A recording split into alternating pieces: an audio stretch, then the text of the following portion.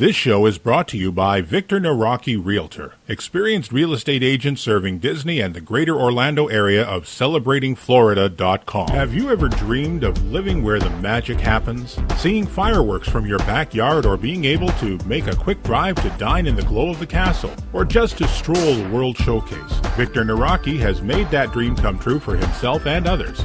One of the biggest decisions you'll make when considering a move is selecting a realtor who can successfully match you with the right home in the right location at the right price. If you're looking to buy or sell in the Orlando area, here's why Victor is the realtor you'll want in your corner. Victor knows the Disney area like the back of his house, where he views and live casts fireworks nightly. Victor's buyers and sellers recognize he has a passion for life as he approaches each day with enthusiasm and brings that joy to his job. By creating a free, no-obligation account on his website, celebratingflorida.com, you'll unlock the website's full potential and be able to enter specific criteria, save listings, and browse new properties sent to your email. Is it time to follow your dream? Victor is looking forward to helping you discover the real estate opportunities that are right for you in this beautiful and fun-filled part of Florida. Visit celebratingflorida.com today, or view Victor's view at victorsvista.com. And let Victor know the Solo Show sent you. My goodness, you're all staring at us. We better start the show rolling. Broadcasting from the Solo Studios here in Winnipeg, Manitoba, in the center of North America, on this little planet we call Earth, this is the Solo Show. On this edition, it's trip review time again as Stan pulls out the guest host chair for Michele Schwartz as they take a before and after look at her trip to Disney World. So now, please welcome your host, the manager for the Stitch for President 2020 campaign. We can make this happen, people. Stan Solo. Hello and welcome to another episode of the Solo Show. I am here with a very special guest. We've never met in person. In fact, this is the first time we've ever really talked, is right here and right now. So I'm very pleased to introduce. Oh, you know what? I'm not sure if Michele, how well you know me or not, but I am horrible with names. I should have asked you before we recorded. Is it Schwartz? Michele You Schwartz? got it. You right on. Yeah, you're I perfect. got one. Okay. It is. Michele Schwartz, yeah. And Michele is here from Making Memories Travel. Can you tell us a little bit about that and how to get in touch with you? Sure. So those of you who are old Disney fans will realize that that's an homage to my long gone Making Memories, sponsored by Kodak at the Journey to Imagination, the film at the end, which I loved. And I still sing that song in my head all the time, Making Memories. And for me, that is what travel is all about, is making memories. And so I spell my name with one L. So it's Michele at Makin, M-A-K-I-N, no D, Makin, memoriestravel.co.com. Michele wanted to make it as difficult as possible for people. She put one L. I know. I thought about that last night, and I'm like, maybe I should get like MMV, or MMT, excuse me, Making Memories Travel.co. But yeah, so it's I've been an agent for on and off for probably like 5 years, and I just finally took the plunge and opened my own agency. And I specialize in all Disney vacation products, so not just Disney World. And I've done everything except get to Aulani, so that's certainly on the trip list. And then I also do a lot of cruises, because if I'm not at Disney, then I want to be on a cruise, and that's pretty much how I want to live my life, on a cruise ship or at Disney World. Oh, who wouldn't want to live that life? Are you kidding? I know. I know. It is a dream, Yeah. Well, like our sponsor, Victor, he makes people's dreams come true by selling them homes right near Walt Disney World. So there you go. Yeah. So I know I was looking through your thing, and yeah, there's a lot of people that book cruises for you. That seems to be like, if you want to book a cruise, you want to book a trip to Walt Disney World, Disneyland. So you could do Paris and Tokyo and all that as well. I can. I should say I haven't been to any of the parks outside of the United States. So okay.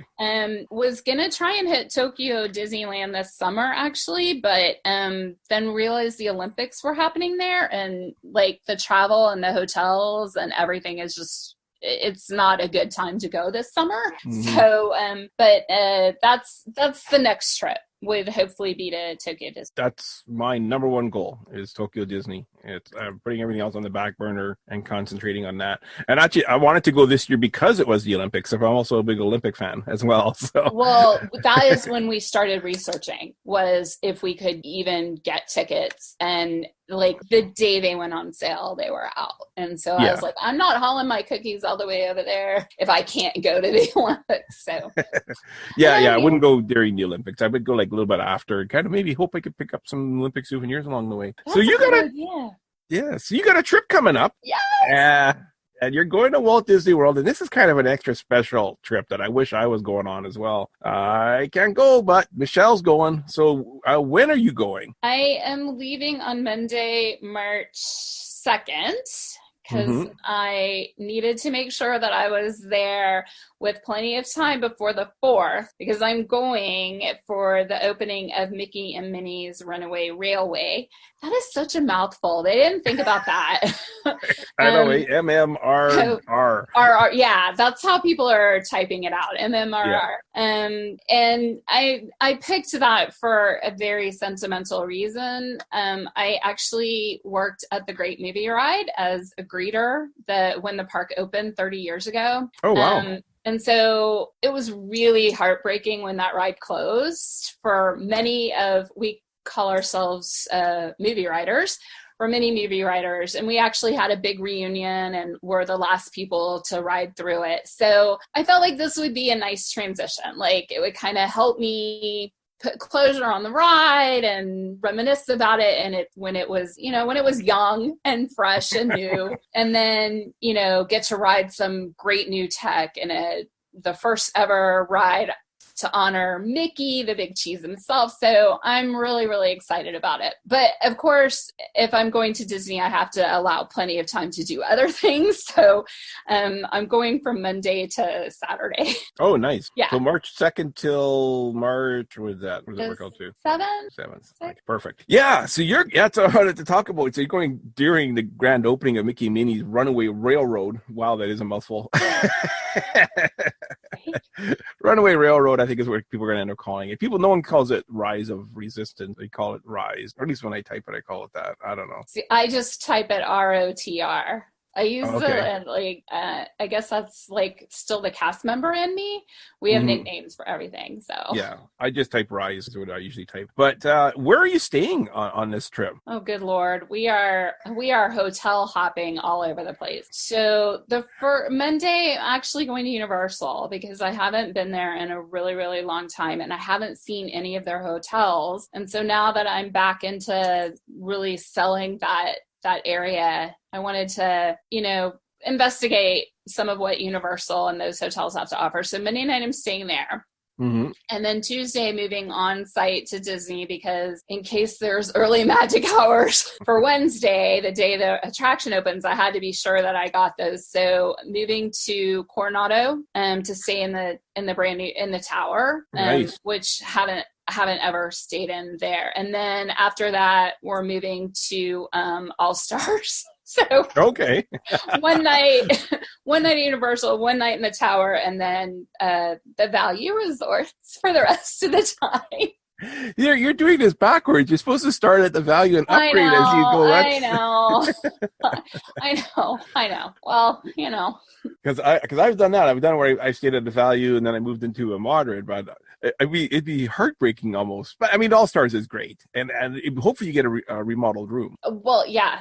Fingers crossed. Yeah. I really wish we were actually staying at Pop since the new Skyliner's there. Also known as the Solo Studios.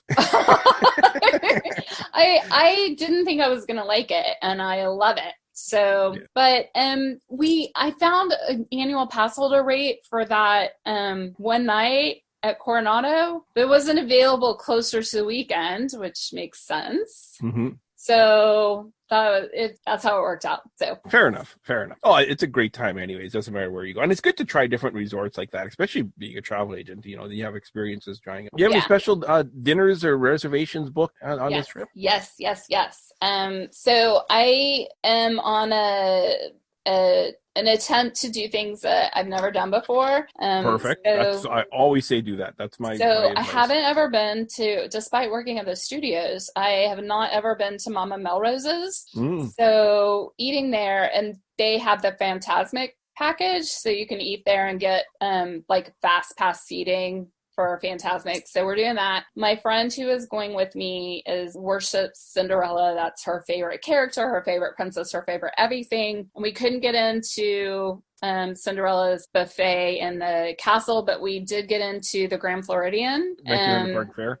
At Park Fair, and I've only ever had breakfast there, so this will be different and new. You have to try the strawberry soup when you're there. That's the main. That's the good thing. Yeah, I love that. Okay, excellent. And then going to a character breakfast at the new Topolino's. So cool. Those are the 3 that I wanted to snag for sure. And then it's gonna be what is it? Flower and Garden. I always want to call it the Floral Festival.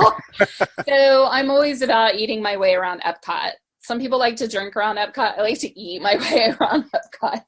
You and me both. I don't drink, so but yeah, no, I love those little kiosks. I don't think they're worth it, but I love them.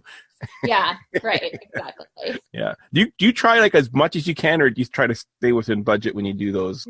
Well, so I usually end up staying within budget, even though there's more that I want to try.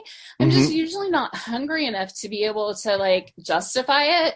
So I will pick out like one kind of appetizer dish, and then I'll walk around a little while, and then I'll pick up maybe like more of another snack, and then a dessert. So I mean, it usually is the same price as if you were going to do all in on one of the sit down restaurant, full service restaurants at one of the countries. Sort of. I mean, you don't have to tip, so there's that. True enough. Yeah, true enough. I never thought of it that way. I know. I find that I do 3 or 4 of them, and I go, "Crap! I spent like $60 already." I know. and I'm still hungry. I'm ready to go for lunch somewhere now. Yeah. So I love that. Like that at the end of every guidebook, like if you get certain amount of stamps, like you get a free thing, and I'm like adding up how much I paid for the free thing, and I'm like, yeah, no, I'll just buy whatever it is that I want. I had every intention on getting the free thing on 2 different trips, and so I got a couple on one trip, like on one visit to Epcot, and then the second visit to Epcot I forgot my book, so I got a couple anyways, even though I knew darn well I wasn't going back a third time. That would make a lot of sense. Yeah. But we didn't have park hoppers, and there was no way I was going to get like all 5, I think it was, to get the 6 free. But I ended up getting another book and getting a couple more stamps. And I said, hey, is there any way I can combine books? And they said, yeah, you can. So I ended up giving my books to a friend that I was meeting afterwards. So he had a couple of free stamps ready to go for him. Yeah. That is a good tip. Yeah. So he had a couple of stamps pre-done for him. So he was happy. But anything else you're doing special on this trip? I mean, Mickey Minnie Runaway is going to be the big one. And Tapaditos at Riviera. That's going to be exciting to check out, too. I'm really excited about that because I think the Mickey and Minnie outfits are super cute. So one of my little hidden gems that I'm actually really excited about this trip, and it's because I'm kind of lame and a Disney nerd, is the Disney Photo Pass stop at Disney Springs, where they always have the backdrop, and it's like a green screen photography thing, and there's never anyone there, so they will spend a lot of time and take lots of Magic Pass photos with you. And right now it's the 70th birthday celebration for Cinderella, which they said was going to end February 29th, but I emailed PhotoPass. I'm like, will you still have it like the first week in March? And they were like, a wink and a smile. Sure. So I'm kind of excited. This is at Disney Springs? I'm not familiar with this. At Disney Springs, it's basically like a photo pass, like standalone place. And is that in the art store? What? I didn't. Is that in the art store that they have at Disney Springs? No, it's really close to the DVC like podium thing, the outside DVC where you can sign up to tour DVC. Okay. And it's kind of across from the new Star Wars. Well, I don't know if it's new, but it was new to me. The new Star Wars store. Okay. So not too far from the co-op area. Yeah, it's it's really very close to like the very original part of Disney Springs back when way back, like when I was a kid back before even Pleasure Island. Oh, so wow. It's way back. Yeah. It's That's close before my to time. that. Yeah, right. Well, I told you I worked at the studios 30 years ago. Yeah. So. Oh, that is so cool. I didn't know about that. So the green screen, it's really fun. Photo place. Okay. So this time, like they're gonna when I went over Halloween, they had like Nightmare Before Christmas and all these different Halloween backdrops. And so right now they have Cinderella and backdrops, and so I'm kind of excited. I'm sure my friend is gonna like wear her Cinderella dress and all her glory. That is. I'll have to check that out. I never knew about that place. Very cool. Okay, that is very cool. And there's never a line. Like nobody knows about it. Yeah, because I never talked about it on the show. That's why. Yeah, it's a hidden gem. It's a hidden gem. They will be now because every Disney fan listens to the Solo Show. I have been listening, so. Thank you. Well, you know what? We're going to cut it here. Michelle, she has to go pack. She has to make sure she's not wearing anything green because she don't want to wear green in front of a green screen. So don't bring any green with you. And she's got a plane to catch. And we'll be right back after this. And we'll find out how Michelle's trip went. Okay? See you in a bit. Cool. Do you want a streak-free shine on your TIE Fighter main screen? Are you tired of Rebel scum getting the drop on you because your Stormtrooper helmet is dirty? Stop cleaning with inferior cleaners and get the Imperial Chamois Pad, made from 100% natural Wookiee fibers. Clean your fighter, clean your armor, clean anything. And you know that all natural Wookiee fibers absorb 100 times their weight. No fuss, no muss, and approved by the Imperial Fleet. I'm TK421, and I never leave my post, unless it's to get another Imperial Chamois Pad. Also available in 100% Bantha fibers. I approve the Imperial Chamois Pad. Available wherever you find the Baby Yoda Pierogi Maker. And we're back. Michelle, you went on your trip and you're back now, and you got to see Mickey Minnie's Runaway Railroad opening day. I'm assuming we'll find out. But first, Imperial Chamois Pad. That's pretty incredible. I'm going to have to get one of those things, I think, even though I'm not an Imperial. Michelle, you going to get one of those? Absolutely. Everyone should have one. Yeah. I could clean my lightsaber or something. I don't know. Buy a Darth Vader helmet. So let's get to your trip here. So you were planning on going to Universal first. I've never been to Universal in Florida. I really have no desire to go either. But I am curious. How did you fly? Obviously, you fly into MCO or Orlando. Yeah. Yes. Do you rent a car, or do they have Magic Express even? I don't even know. They have a partnership with Super Shuttle, and I didn't end up taking that. I decided not to rent a car this time. I wanted to compare the cost of renting a car for a week with doing Lyft. So I took a Lyft to the hotel, and then the following day I took a Lyft from the hotel to Disney. And I haven't even added it all up because I just got back. I was having so much fun. I extended my stay. So that's a to be determined. But that was, since everybody is charging for parking now, even overnights at the Disney resorts, I decided to try the Lyft route. Okay. So we'll see. So you don't remember how much it was? Like around $20, $30? What? Just to the Orlando to Universal, it was about $30. Okay. It was one of the more expensive lists, but once I got, of course, to Disney, it made a whole lot more sense not to have a rental car. Yeah. No, exactly. I took an Uber from Disneyland to the Universal area, and it was expensive. I'm thinking it was about $90 after tip and everything. But I felt so bad because it was supposed to be like a very short ride, and it ended up taking, I think it was like 4 hours or something. It was ridiculous. The traffic in LA, I couldn't believe it. Like people talk about it, and it was insane. So yeah, that was my most expensive Uber ride ever, or Lyft, whatever you want to call it. So where did you stay at Universal? I stayed at the Aventura. It's what they call one of their they call them economy plus. I would call it a moderate because I know the Disney terminology.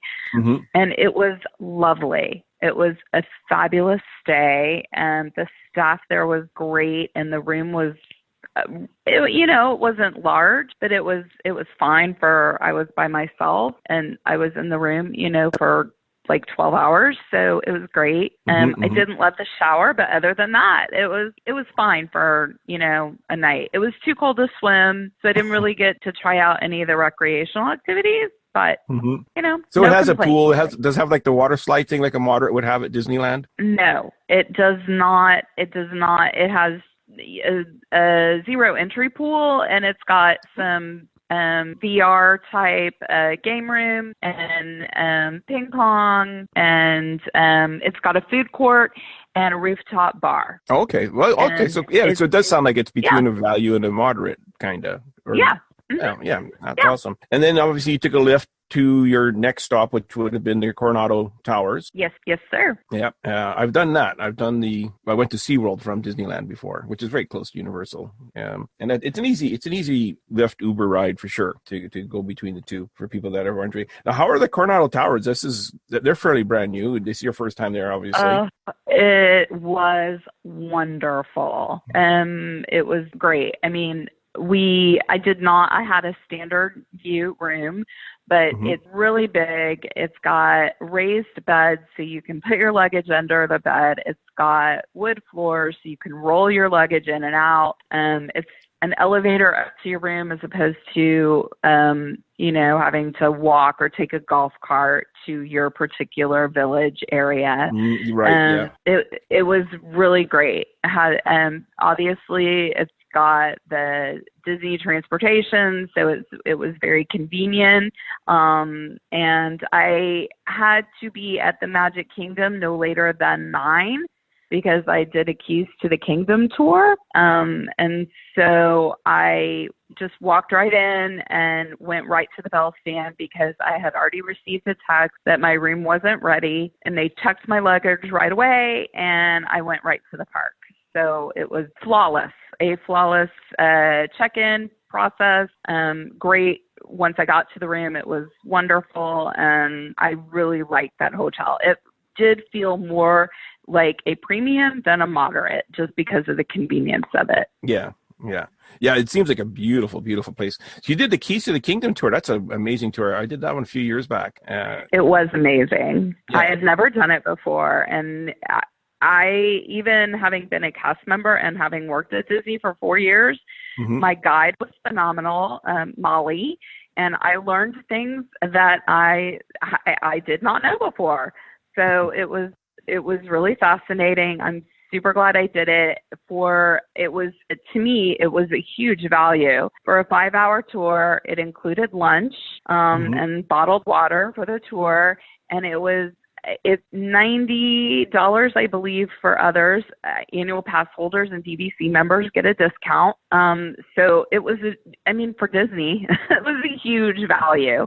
And it was so fun. If you're a Disney fan, if you're like me, a Disney addict, maybe a little bit, then it should be a must on everyone's to-do list. Yeah, absolutely. Now, did you get a pin? I did. I got the key to the kingdom.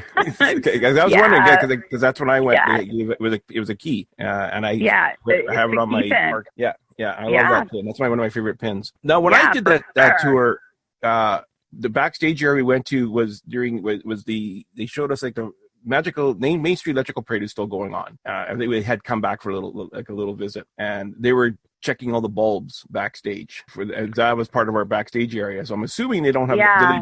Do they have the floats? No, they show it. Yeah, we saw the floats from the 3:00 parade. And that was something I had never seen even as a cast member. And we saw where they rehearse and how they have to rehearse and the amount of hours that they put in to rehearse and the floats. And when we were in there, they were shining the floats up, and they were inflating the big Mickey balloon, which is the hot air balloon that Mickey is under, Mickey and Minnie. And then I had not seen the 3:00 parade in probably 20 years because I was always off riding the rides. So I went ahead and sat down on Main Street where my guide, Molly, from the tour had told us she likes to watch it. And I got to look for all the different things that she had pointed out when we were backstage. And so it was really fascinating. It was a really great experience. Yeah, that's the great part about doing those backstage tours is that when you see them on stage, you're like, in a whole different light. Yeah, exactly. No, completely. I agree. The other part that I really liked on that tour was we went behind Main Street, and you realize how small Main Street is. Is that still part of the tour? Yes. Although now when you go behind Main Street, it's used as like an extra entry point for special events or like the Halloween party. There's a lot. That's where they give out the bags and candy for trick or treating. So it's a little neater and more of a pass-through experience. But you also do go in the utilidors or the corridors and walk the length of Main Street in the utilidor. And it actually feels a lot longer in the utilidor than it does on Main Street because of that forced perspective. So. Okay, I'm talking about the other side of Main Street, though, that we went behind. Like you're talking about the one that's on the right-hand side as you were heading towards the castle. Yeah, we did not. We didn't go Main Street on the left. Oh, okay. Yeah, that's what we did. We went Main Street on the left. And I found that area really fascinating because I've never been there before.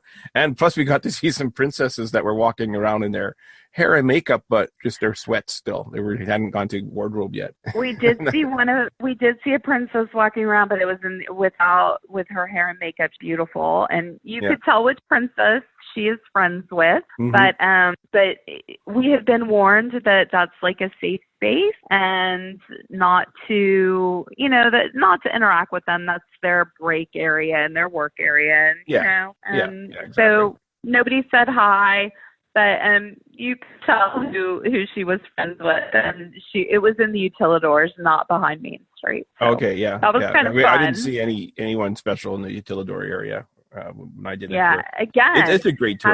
I've worked there, and I've never seen a princess in just hair and makeup. I've never seen a fur character walking around before. I still haven't, I should say. Yeah. We did not get to see that in the utilidor, but it was great. Yeah. So after you were done at Coronado Tower, you were there for how many days at Coronado Tower? How many nights? Just one night. We stayed there specifically to make sure that I was able to get to the studios on time on Wednesday. So that was why we chose the Coronado. I wanted to be up close and personal with the studios.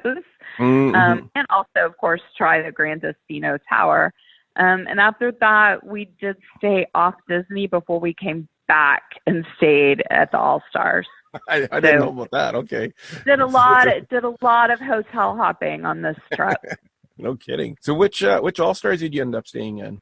All-Star Sports. And was it refurbished already? Did you get a refurbished room? No, it is not refurbished yet. It is a lot smaller space to walk though than music or movies. So you did get to compensate not having a refurbished room by at least being, it's just a smaller property. It's easier to get up to the food court and the buses and things like that. But as always, they are crowded resorts. It is, the bedding is smaller, the bathroom is smaller. They are value. And you have to, if you're planning on staying there, you have to be well prepared, especially coming from the Grand Destino. Definitely a very different experience. But as a travel agent, I feel like it's important to experience them all.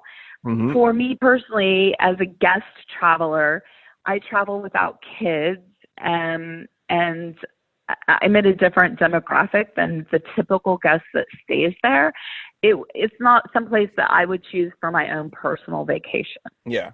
I've only stayed there 2 nights, and it was 2 different rooms. It was because Chicago O'Hare was shut down, and I was staying at POP, and I couldn't fly out. Like the flight was canceled, so I had to quickly find a room, and the only one I could get was All-Star Sports. So that was the one and only time I stayed there, and it was very nice, but the rooms needed refurbishment in the worst way. Like they were rough. Yeah, they still do. They need refurbishment. Yeah, and they're doing them. They'll get them done. They'll get them done.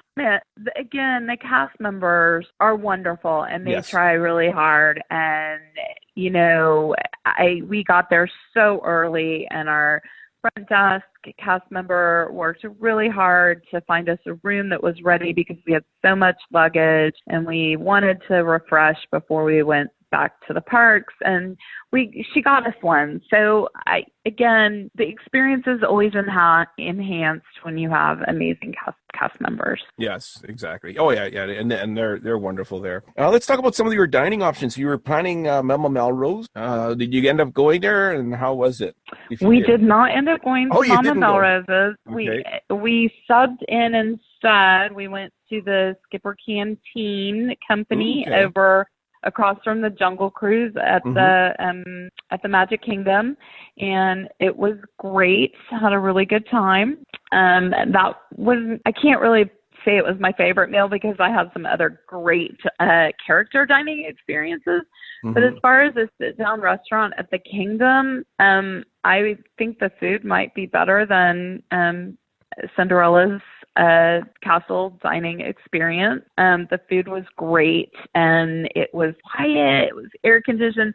It's right by a Club 33, so you kind of get to see where Club 33 is, and it's pretty well hidden, but we knew where it was, so we peeked in the windows, and then it was really, they have my favorite non-alcoholic beverage, I think, and even with the festival going on over Flower and Garden Festival going on at Epcot, still my favorite non-alcoholic beverage that I had the whole trip is the Punchline Punch over at the Skipper's Canteen. It is Punchline Punch because, they use all those stupid puns on the Jungle Cruise. So that's the pun of the drink is the Punchline Punch. And that is the only place it's served. And it's so yummy. I loved it. It was great. I'm writing that one down because I do want to try Skipper Canteen. It is one of the places I haven't been to yet. So the Punchline Punch. I hadn't been to it either. Yeah. Yes. Excellent. Now, you were planning Grand Floridian 1900 Park Fair for dinner. We did do that. We did do that. So we got to meet with Cinderella, Prince Charming, Lady Tremaine, and Anastasia and Griselda.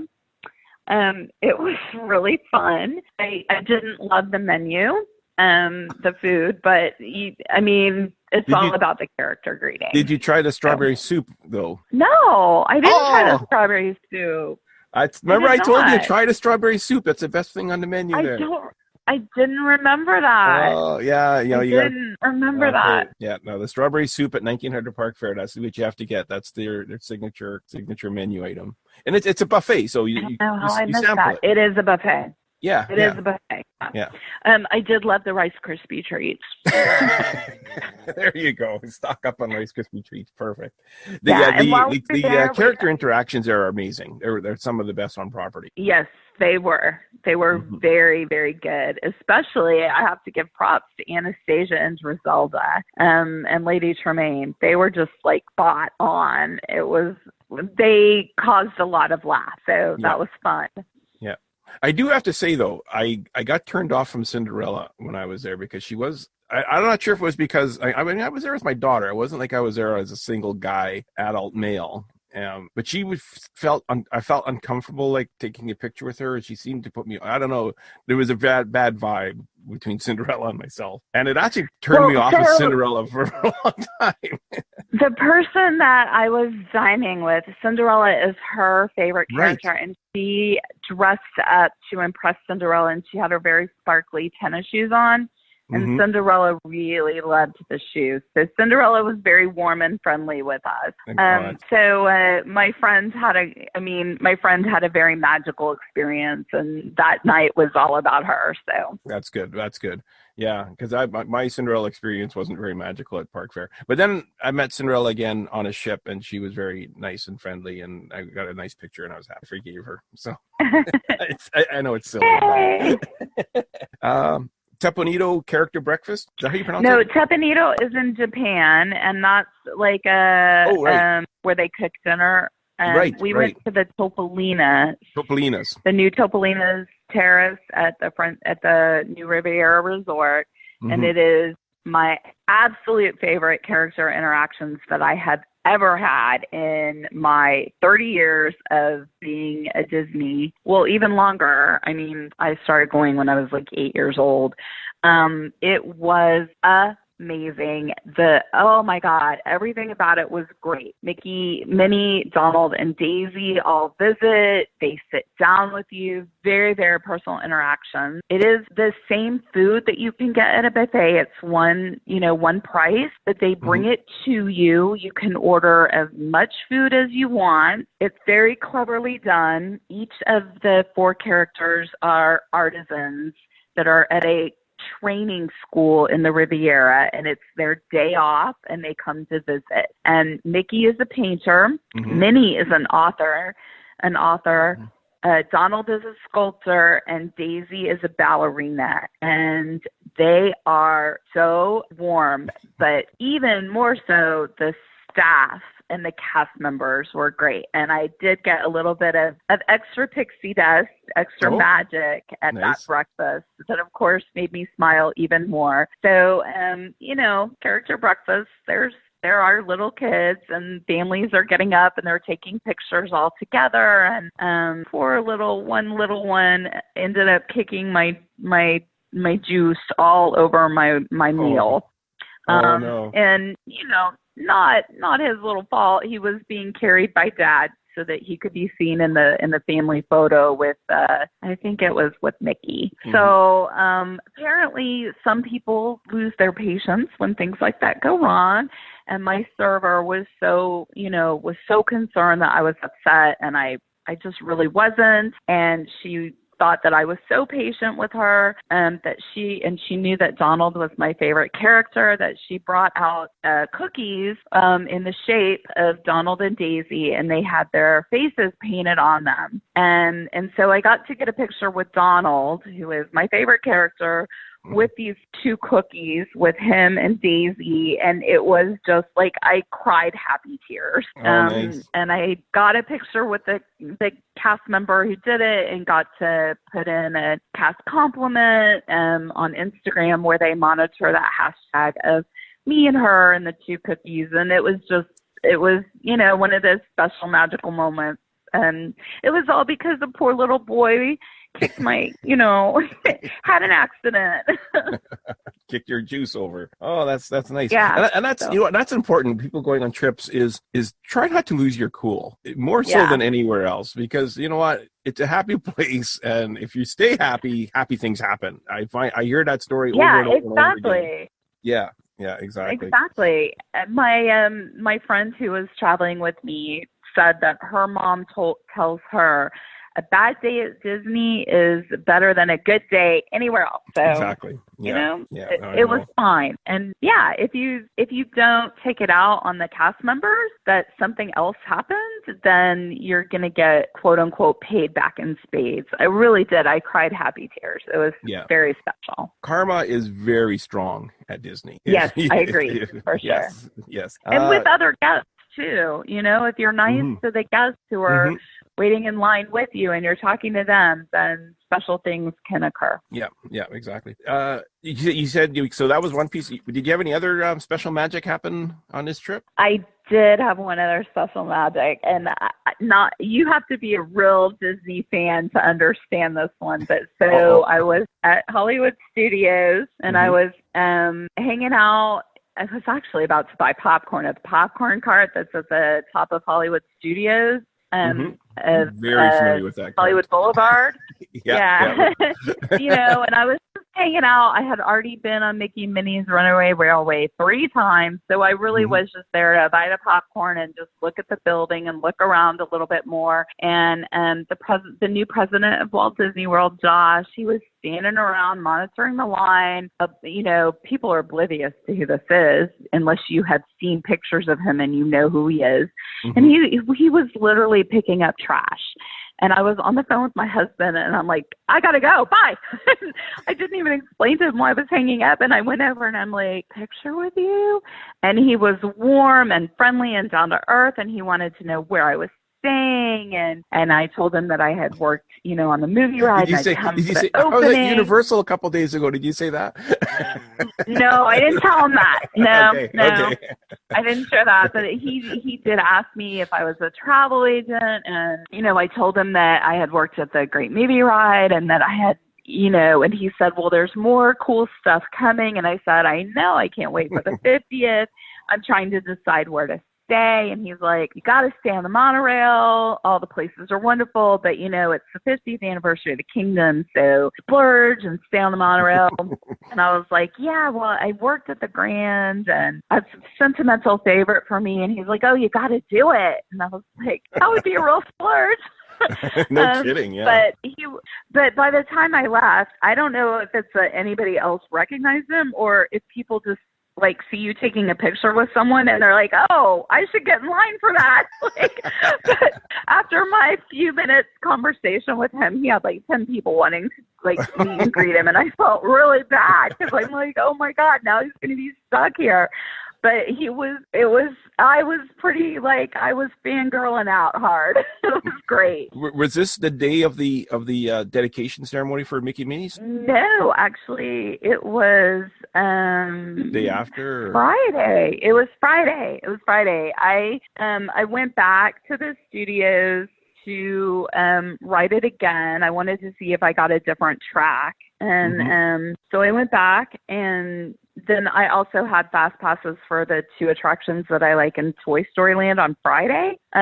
So like I said, I was buying popcorn on my way to Toy Story Land when I saw him. And then that night, I hadn't seen Fantasmic in a really long time, and I really, really wanted like the final shot once everyone leaves and Hollywood Boulevard is kind of empty against the backdrop of the new amazing marquee sign, which I did get that at the end of the night. So it was a really sentimental, wonderful trip. Oh, okay. So. Yeah, the reason I asked is I was very impressed that he was wearing a Mickey Mouse t-shirt and had his name badge on for the opening ceremonies. Yeah, he had his opening badge on. Again, I mean, his name tag, first name basis. Yeah. He had on nice jeans, but, I mean, he was literally not surrounded by, like, security or quote-unquote people or, know, and he was picking up trash. Oh, I mean, awesome. I was like, wow. And he shook my hand.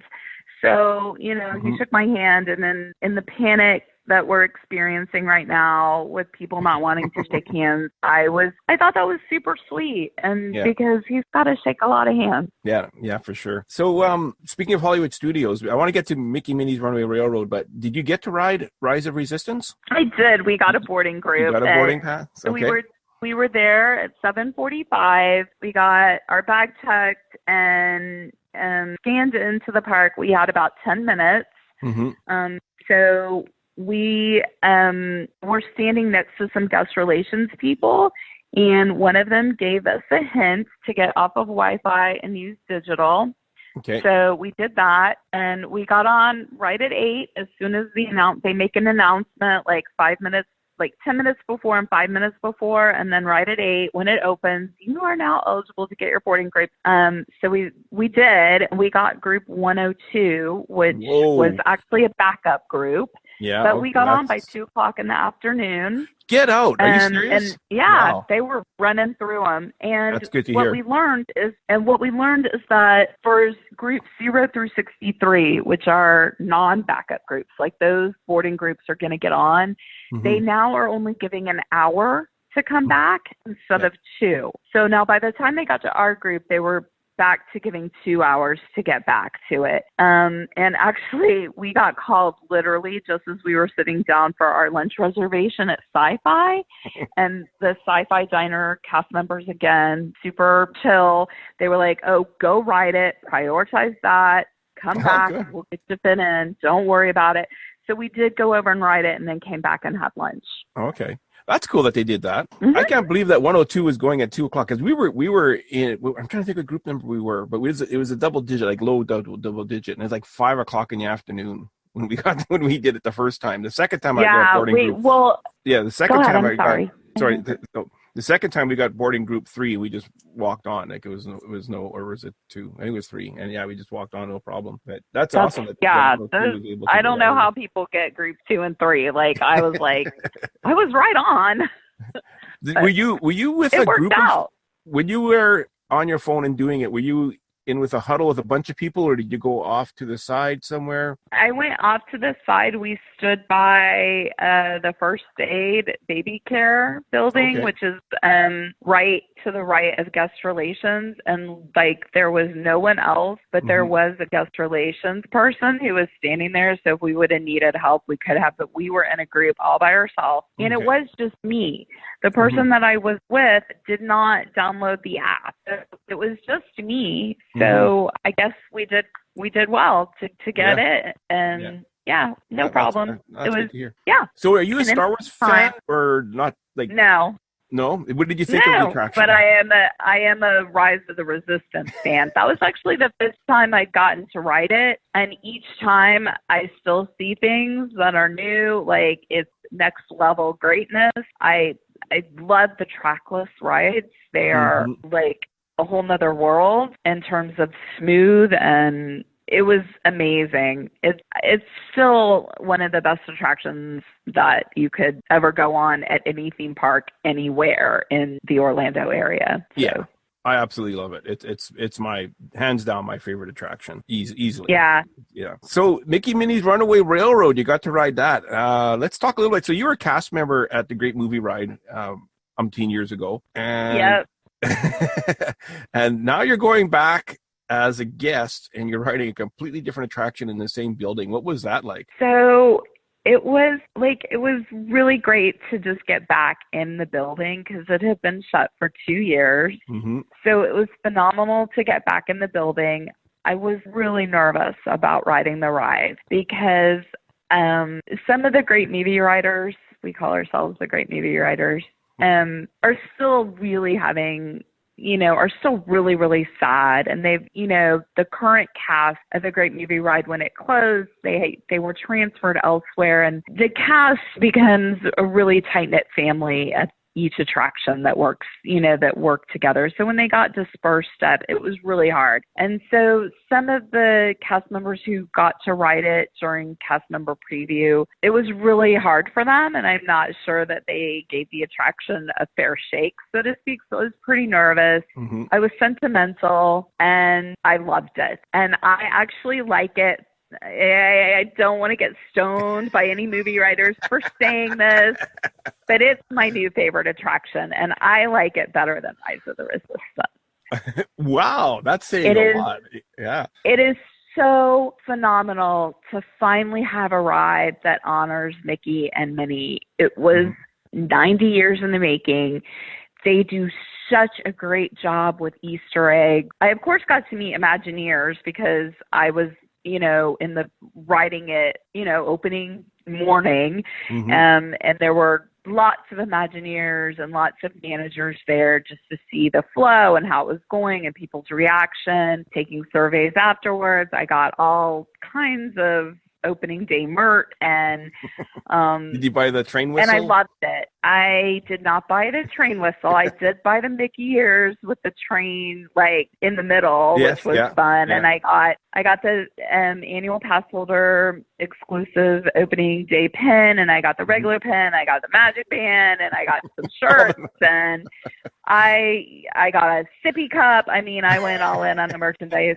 And I got to ride it 3 times this trip because once I had a fast pass, and then I waited in line later on the day.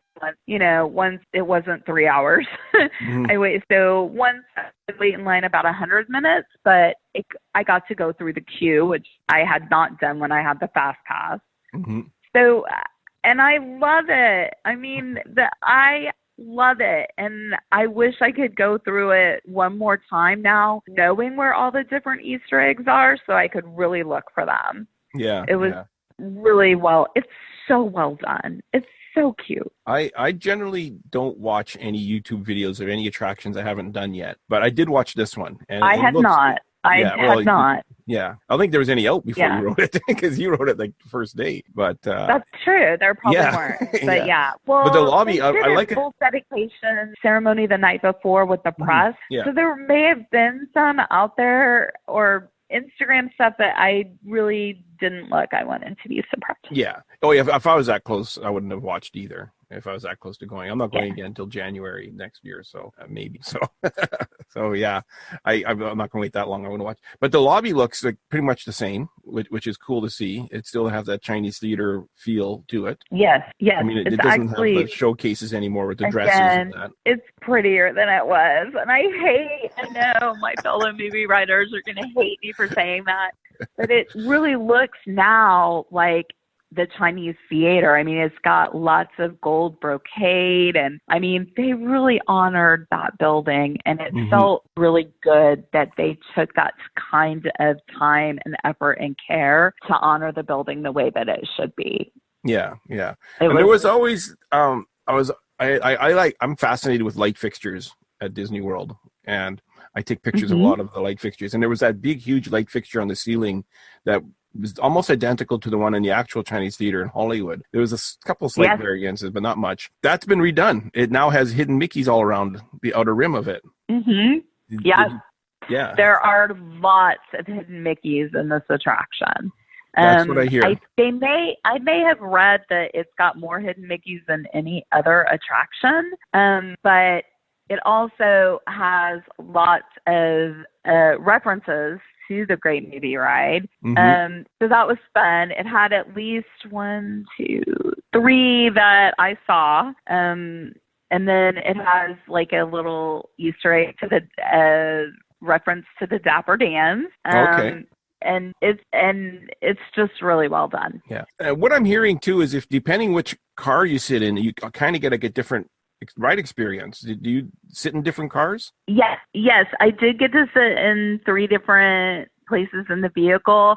My first ride, we were in the very first row, which was awesome. It was great. So is that the right? Is that the spot to be? Well, I mean, I couldn't have had a better spot, I don't think, because I don't want to give it away, but there is something special that happens as the ride sort of leaves the loading dock, the train station, as it's called. And that was really cool to be up close just to see that. You do get mixed up. Like the vehicles do not all come back in the same order that they go out in. So we didn't stay in the front row, but just to see it as we left the train station in the front row was really fun. Yeah. And how many cars are there? 4 or 3? There were 4 cars. 4. Yeah. So ride it at least 4 times and sit in a different car each time if you can. I think the cast members will be good. Yeah. So that's what I'm hearing as well. That's what I'm hearing is that it has different experiences based on which car you're in. And it's not a huge difference. It's not like it's like a completely different attraction. You don't see, it's not Donald's Runaway Railroad all of a sudden. It's right. No, I mean, you will see some of the same scenes, but you'll see different sides of the scene based on which track you are on. And so each vehicle, kind of like Rise of the Resistance, each vehicle takes its own track. Yeah. And I guess it's also kind of like Smuggler's Run, where depending which seat you're in, you get a different experience as well. Yes. You're doing the same attraction, but you get kind of different experiences based on where you're. Right, a different experience. Yeah, based on where you're sitting. Yeah. I don't do roller coasters, but I understand roller coasters are like that too. Like Slinky Dog is well known. So Slinky Dog is a roller coaster that I will do, and also, I will do the Seven Dwarfs Mine Train, but I'm not a huge roller coaster person. I've done them all at Disney because I like to say I've ridden everything at least once. But I find that's true on the Seven Dwarfs Mine Train, that for sure you get a different experience if you're in the front or the back of the car. Yeah, that's the only roller. Oh, I've done the Goofy one. I've done the Barnstormer and Seven Dwarfs. I've done the Barnstormer a couple of times. Yeah, that's a fun one. I did it once, and that was enough. I didn't need to do it again. I'm not a coaster. I've only done Rock and Roller Coaster once. I've never done good. Never done it. Never done Rock and Roll. I've never done Tower of Terror. Never done Space Mountain. I've done Tower of Terror a couple times, and I was fine when it was just one drop. I mean, I wasn't fine. I did it. But now that they've changed it where they take you up and down and up and down and up and down, I'm like, I can't I can't stomach it. Literally cannot stomach it. Like I walk off, I am nauseous. So I no longer do that one. Yeah, I have done the queues of every one. I've stood in line for all. I've done every chicken exit there is. I stood in line for that one, even at Disneyland, knowing I wasn't going to get on it. I stood in line with my niece and my daughter because they were going to ride it, so I could see the Guardian of the Galaxy in Disneyland. Yeah. Actually, I really do want to do the queue at Disneyland for Guardians of the Galaxy. I went with a friend and he had fast passes, so I was like, well, there's no point even getting in line then. Yeah, but, you wouldn't see it. Yeah. Yeah. But that's something that I have to do yet is the queues at Disneyland. I haven't done any of those yet. Didn't do any chicken exits at Disneyland. Done every one of them at Disney World. I'm proud to say. Yeah. I was proud to not do that at Disneyland too. I was like, bye, you girls have a great time. So do you have any final thoughts or comments before we say goodbye? Well, I don't know when you're going to air this, but I will just say that I came back. It's Tuesday, March 10th, and I got back today, this morning, and I turned on the news, and it appears that lots of things are being canceled in the travel industry, cruises and airlines, and there's all kinds of great benefits, but they're also being very flexible if you need to cancel for any reason. But I will say that Disney World, you would not have known that there was anything happening. Okay. It was just as crowded as it normally is. There are no newspapers that you can buy anywhere on Disney World property. So I had no idea what was happening in the rest of the world. The cast members are still just as friendly. They're not wearing, but there are a lot of hand sanitizers out, and they're taking extra precautions. And I would just tell anybody who has a trip that's already planned or wants to go and is looking for a bargain, go. There's nothing that I can think of that makes me fear if I were to turn around and go right back. Yes. And Josh is still shaking hands too, so that's good. Exactly. If Josh is still shaking hands, it's got to be fine. Okay. And if people want to book that trip with you, their dream vacation, where do they have to go to? I would love to help them to get a fabulous, magical vacation. And my company is called Makin, MAKIN apostrophe. If you've seen the new Epcot Forever, Makin Memories Travel, you will understand where the Makin Memories come from. But I do book other things other than Disney and Universal. I love cruising, so I do a lot of cruises. So it's makinmemoriestravel.co. And it's Michelle with one L. So Michelle at makinmemoriestravel.co. Excellent. So glad we had this chance to talk. It sounds like you had a wonderful vacation. It's going to be a long time. Very magical. Yeah. It was magical. And thank you so much for having me. It was really fun keeping track of special things, knowing I was going to get to debrief with you because not everybody gets me. So it was fun. I love talking Disney. So if anybody listening to this, you're doing a trip coming up and you're doing something kind of unique or different, I want to do a trip report every month, and contact me. We can have you on the show. Or if you have a great idea for the show, contact me for that. All you need is a good Wi-Fi and a microphone, and we can sit down and talk Disney for, a half hour, 45 minutes. That's the reason I made this show, is to sit down and talk with Disney people. With that, you're moving to Disney World, visit Victor Naraki. He's going to find you the home of your dream. And with that, Ken, take it away.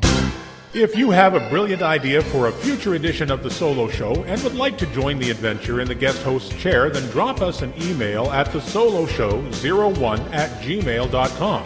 If you would just like to keep the conversation going, then visit us on our Facebook page at The Solo Show. And come back for the next edition of The Solo Show. Thanks for listening, and bye for now.